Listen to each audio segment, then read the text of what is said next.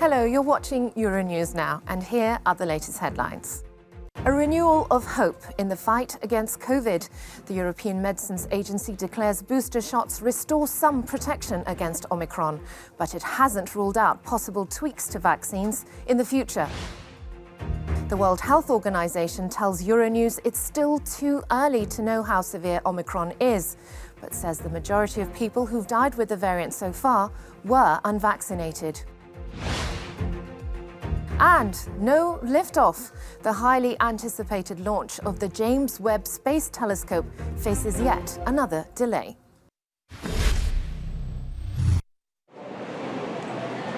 The EU's drug regulator has warned the COVID-19 situation across Europe remains extremely worrying due to the high rates of transmission.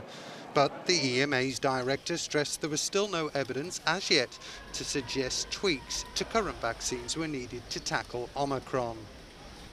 Now, let me stress, there's no answer yet on whether we will need an adapted vaccine with a different composition to tackle this or any other emerging variant.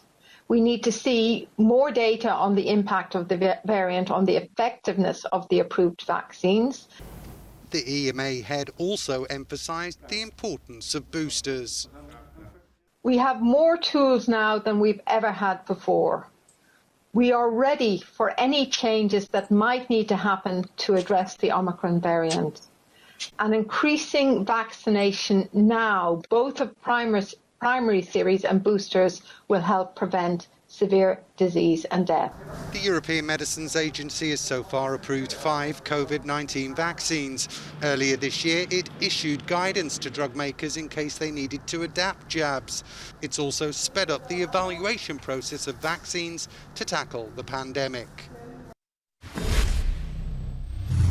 Well, for more on the fifth wave of the pandemic, I'm now joined by Dr. Catherine Smallwood. She is the COVID-19 Incident Manager for the World Health Organization. Dr. Smallwood, thank you for joining us here at Euronews. Preliminary data shows that the symptoms of Omicron are mild and that the death toll is low, and some accuse world leaders of overreacting. So exactly how dangerous is it? I don't think it's the right moment to be drawing any conclusions about the severity of Omicron. We've designated Omicron as a variant of concern because it has a particular set of mutations that mean that it might be A, more transmissible, and 2, might also have a degree of immune evasion. We're seeing that play out both in South Africa but also in the European region, where reports of Omicron transmission, very rapid Omicron transmission, have been reported from at least 38 countries. That has resulted already in hospitalizations and in deaths, initially among unvaccinated individuals. But certainly it has the potential to develop severe disease. So any conclusions about severity need to be weighed very much against what we're seeing in terms of the transmission. When will we have a better idea of the effectiveness of booster shots, and how many more might we need going forward? Well, we have preliminary data on the effectiveness of a booster dose of vaccine, and there's some initial vaccine effectiveness studies that have been conducted in the UK, where Omicron is spreading extremely rapidly. And there we found that there is indeed a loss of effectiveness of the vaccine to prevent infections, but that's regained very significantly through a booster dose. The duration of that protection is not yet known. But the good news is that our current evidence really points towards the vaccines continuing to do their job, even without a booster, which means that they'll continue to save lives and prevent people from being hospitalized with COVID-19. I suppose the greatest challenge is to convince those who are unvaccinated. Some are still continuing to question the long-term risks of inoculation. How would you convince skeptics? First of all, if you think that you're protected because you've had COVID-19 before, that's not the case.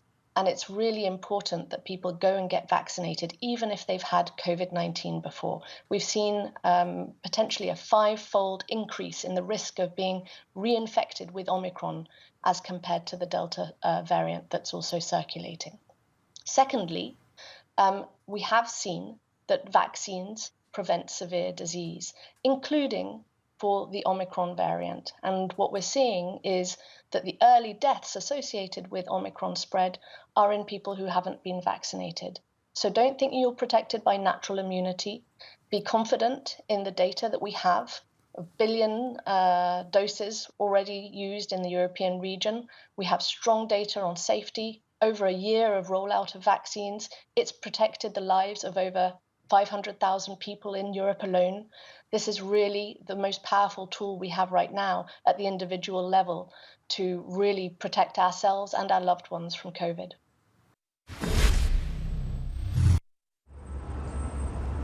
US President Joe Biden has pledged $500 million free-at-home COVID tests to tackle the surging Omicron variant.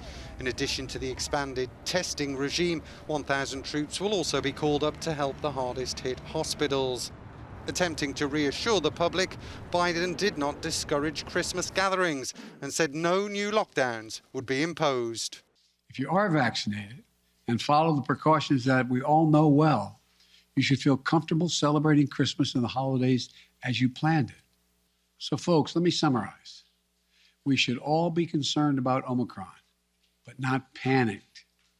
If you're fully vaccinated, and especially if you got your booster shot, you are highly protected. And if you're unvaccinated, you're at a higher risk of getting severely ill from COVID-19, getting hospitalized, and even dying. The latest moves by the White House come as COVID rages across the US. Earlier this week, health officials in the country said Omicron had raced ahead of other variants, becoming the dominant strain.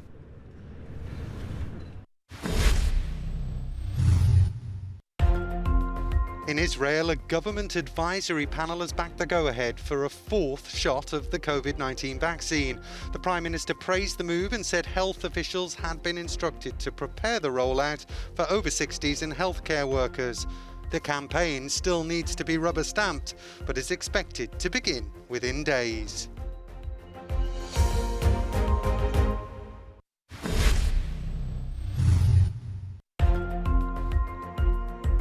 Thousands of people have marched on the Georgian capital demanding the release of jailed ex-president Mikhail Saakashvili. He was arrested on his return to the country in October on abuse of power convictions dating back to 2013. The ex-leader, who turned 54 on Tuesday, is in a hospital prison after going on a weeks-long hunger strike.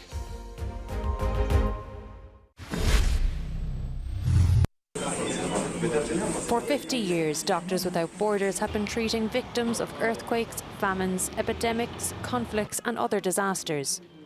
The NGO was founded after the Nigerian Civil War, which broke out in Biafra in 1967. Composed of newly graduated doctors, the young medics wanted to provide care to the masses, but also communicate the horrors of the conflict to the outside world. This was the beginning of modern humanitarian aid. Above all, what counted was the experience in Biafra. We left with the Red Cross International, and we decided, because we had to sign a document which stated that we would not testify to what we have seen, but we wanted to bear witness to what we have seen for the children of Biafra. Today, Doctors Without Borders has 64,000 employees in 88 countries. In Afghanistan, the role of the NGO played a pivotal role after the collapse of the health system, when the Taliban regained power. While in Madagascar, MSF teams returned to the south in 2021 to tackle the worst drought to hit the region in 30 years. Since March, the organisation has been on hand to provide critical care to 6,000 malnourished children. MSF has also been active in the fight against COVID-19 and called upon pharmaceutical companies Pfizer and BioNTech to administer vaccine-making technology to the African continent. The NGO has also been at the forefront of various migration crises in both the Mediterranean and in Central America. I think of the many victims that we didn't have time to get out of trouble. But it's easy to say, and perhaps a bit childish, aiding one person is enough when you've helped them a bit to improve their well-being and maybe save their life. Maybe. That's it for now, but do stay with us as we bring you all the latest from across Europe and beyond. And you can also find more on our website, euronews.com.